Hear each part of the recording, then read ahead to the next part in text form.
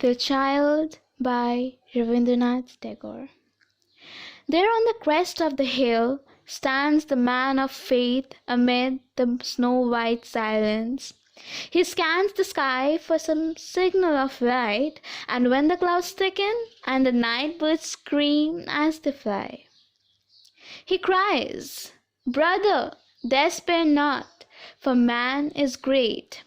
But they never heed him, for they believe that the elemental brute is eternal, and goodness in its depth is darkly cunning in deception.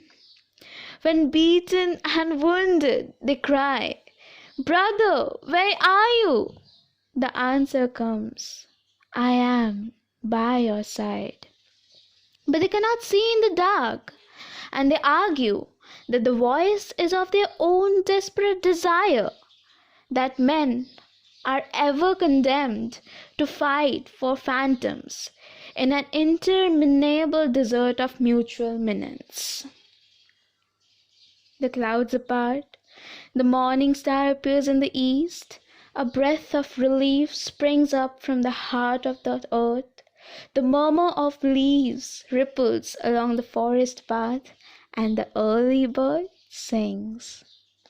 The time has come, proclaims the man of faith. The time for what? For the pilgrimage. They sit and think. They know not the meaning, and yet they seem to understand according to their desires. The touch of the dawn goes deep into the soil, and life shivers along through the roots of all things. To the pilgrimage of fulfillment, a small voice whispers, nobody knows whence. Taken up by the crowd, it swells into a mighty meaning. Men raise their heads and look up. Women lift their arms in reverence. Children clap their hands and laugh.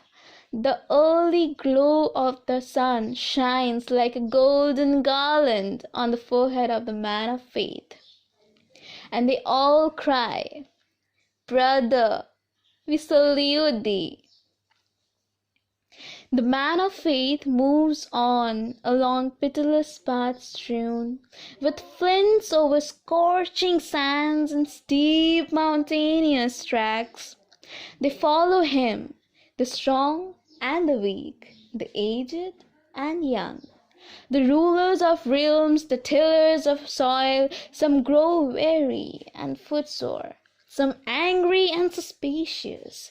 They ask at every dragging step, "How much further is the end?" The man of faith sings in answer. They scowl, they shake their fists, and yet they cannot resist him. The pressure of moving mass and indefinite hope push them forward. They shorten their sleep and curtail their rest. They outweigh each other in their speed. They are ever afraid lest they may too late for their chance, while others be more fortunate. The days pass. The ever-receding horizon tempts them with renewed lure of the unseen till they are sick. Their faces harden, their curses grow louder and louder. It's night. The travelers spread their mats on the ground under the banyan tree.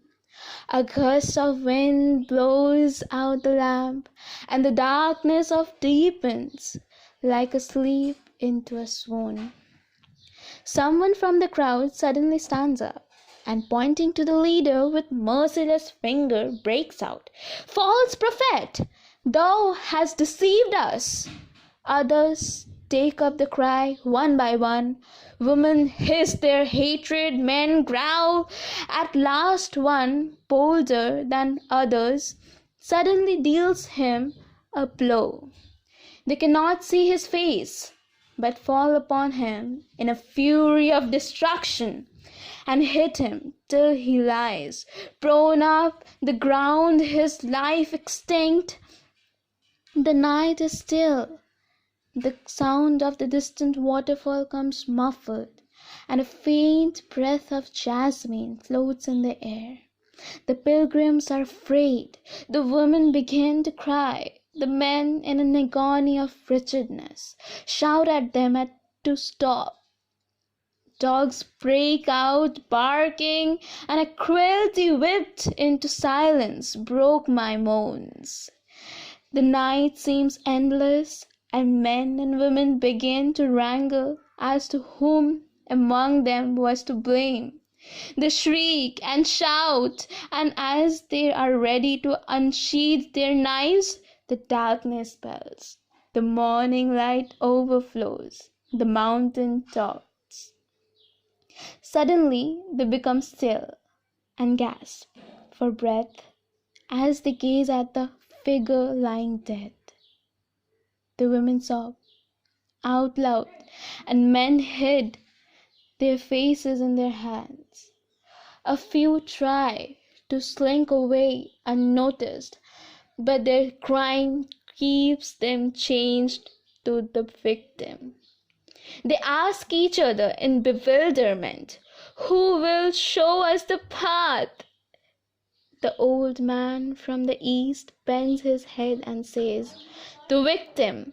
They sit still and silent. Again speaks the old man. "We refused him in doubt, we killed him in anger. Now we shall accept him in love. For in his death he lives, in the life of us all, the great victim." And they all stand up, mingle their voices, and sing, "Victory to the victim."